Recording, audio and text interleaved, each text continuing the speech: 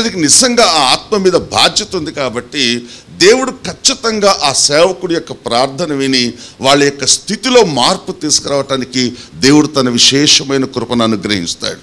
Praise lord, హల్లెలూయా.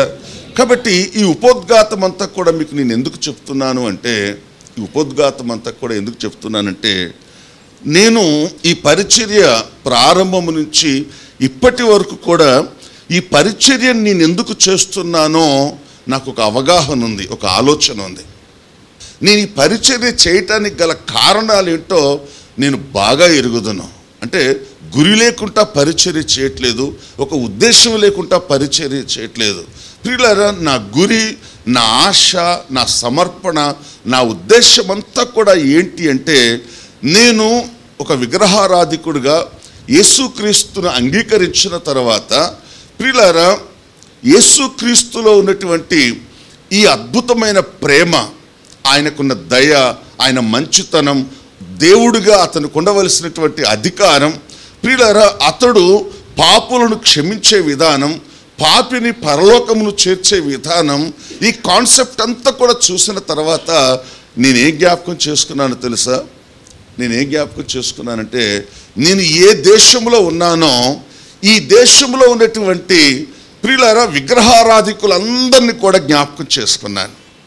నా మటుకైతే నేను బయటపడ్డాను, విగ్రహారాధనలో నుంచి బయటపడ్డాను.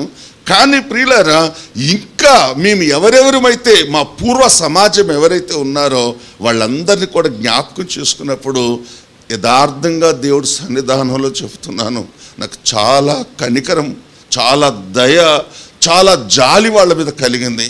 ఎందుకో తెలుసా ప్రియులారా, దేవుడు కాని వాళ్ళను, దైవత్వము లేని వాటిని ప్రియులారా వాటిని పూజిస్తూ తరతరాలుగా వాళ్ళ జీవితాలను ప్రియులారా విగ్రహాల ఎదుట ధారపోసుకొని ధనాన్ని, సమయాన్ని, ఆరోగ్యాన్ని, ఆయుష్ను కూడా నిరర్ధకం చేసుకుంటూ భ్రమలో ఉన్నటువంటి ఆ సమాజాన్ని నేను జ్ఞాపకం చేసుకున్నప్పుడు దేవుడు నా ముందు ఒక కర్తవ్యాన్ని జ్ఞాపకం చేశాడు. దేవుని స్తోత్రం కలుగును గాక. అదేంటో తెలుసా ప్రియులారా, అందరికీ ఈ యేసును ప్రకటించాలి అని. నువ్వు ఏ యేసునైతే ఎరిగావో, ఏ యేసునైతే రుచి చూసావో ఆ యేసుని అంతటా అందరికీ నువ్వు ప్రకటించాలి అని. ప్రియులారా, ఆ మాటకు నేను అంగీకరించాను, లోబడ్డాను, విశ్వాసం ఉంచాను. నాకు అది మంచిదిగా ఎంచుకున్నాను ప్రియులారా. దేవుని స్తోత్రం కలుగును గాక. వాస్తవంగా ఆ పరిస్థితులలో నా పరిస్థితులు ఏం బాగాలేవు. ఈ స్థితి నా జీవితంలో జరిగినప్పుడు నా కుటుంబ పరిస్థితులు ఏమీ బాగాలేవు, నా కుటుంబం యొక్క రికార్డు ట్రాక్ ఏమీ బాగలేదు. కానీ ఎందుకో ఈరోజు అనుకుంటాను, అసలు సాధారణంగా ప్రతివాడు స్వార్థపరుడై నా భార్య, నా పిల్లలు, నా కుటుంబం అని అనుకోవాలి. అందులో ప్రియులారా అటువంటి ట్రాక్ బాగాలేక, స్థితి బాగాలేనటువంటి పరిస్థితులలో కుటుంబాన్ని నిర్లక్ష్యం చేసి యేసు మీద కాన్సన్ట్రేషన్ చేశాను. నశించిపోతున్నటువంటి ప్రజల మీద కాన్సన్ట్రేషన్ చేశాను. ఈ ప్రజలకు సువార్తను ఎలా ప్రకటిస్తే, యేసును ఎలా ప్రకటిస్తే ఈ ప్రజలు యేసును అంగీకరిస్తారో, ఏం చెయ్యొచ్చు. ఇంతవరకు సంఘం ఈ దేశంలో ఏం చెయ్యలేకపోయింది. ప్రియులారా, 2000 సంవత్సరాలుగా ఈ దేశంలో క్రైస్తవ సంఘం ఉన్నప్పటికీ ఇంత తక్కువగా క్రైస్తవులు ఈ దేశంలో ఉండటానికి గల కారణం ఏంటి అని ఆలోచించినప్పుడు అప్పటికి నా వయసు 33.5 సంవత్సరాలు. 33 సంవత్సరాలు దాటాయి ప్రియులారా.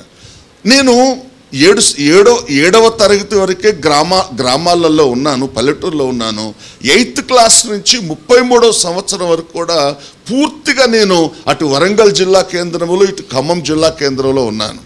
కాబట్టి ఇంత సిటీలో ఉండి జాబ్ చేస్తూ చదువుకొని ఉన్నటువంటి నాకే యేసేవడో ఇప్పటిదాకా తెలియలేదు. అప్పుడు నేను వేసుకున్న మొదటి ప్రశ్న ఏంటో తెలుసా?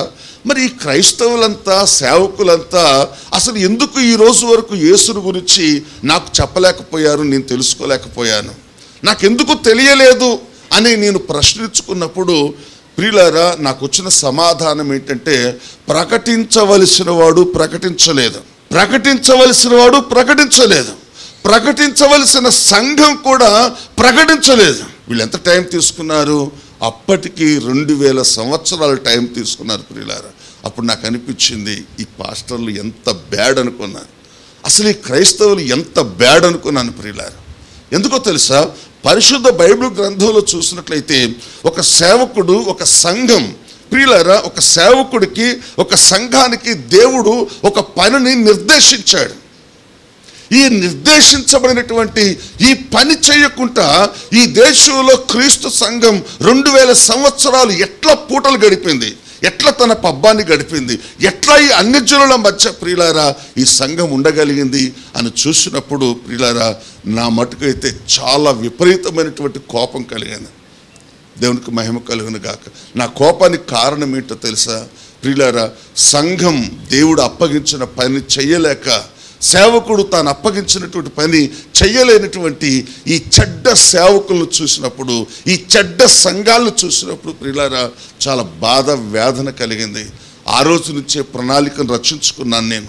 అప్పటికి నా వయసు క్రీస్తులో చాలా చిన్న పిల్లవాడిని నేను. ప్రియులారా ఏం చేయొచ్చు, ఎలా చేయొచ్చు, ఎలా చేస్తే ప్రజలకు క్రీస్తుని మనం చూపించవచ్చు అని ప్రియులారా పలుమార్లు ప్రతి దినం ప్రియులారా ఒక రోగి తన రోగం కొరకు ప్రార్థన చేస్తాడో ప్రతి దినం కూడా ఈ సువార్త అనేటువంటి ప్రియులారా ఈ ఘనమైన పరిచర్య కొరకు ప్రార్థన చేసి చేసి చేసి ఆ దినము నుంచి 7 సంవత్సరాలు ప్రార్థన చేసిన తర్వాత అప్పుడు ప్రియులారా మీతో కూడా కలిసి ఖమ్మం పరిసర ప్రాంతాలలో యేసే దేవుడు, యేసే రక్షకుడు, ఎందుకు దేవుడు అయ్యాడు, ఎందుకు రక్షకుడు అయ్యాడు, యేసుని ఎందుకు మనం నమ్మాలి అని ప్రియులారా ఇలాగ పలు విధాలుగా అద్భుతమైన మీ సహకారం, అద్భుతమైన మీ ప్రార్థన, అద్భుతమైన మీ ప్రోత్సాహం ప్రియులారా మీ ద్వారా మిమ్మల్ని బట్టి దాదాపు 477 గ్రామాలు, కొన్ని రాష్ట్రాలు ఈ స్వార్థను ప్రకటించడానికి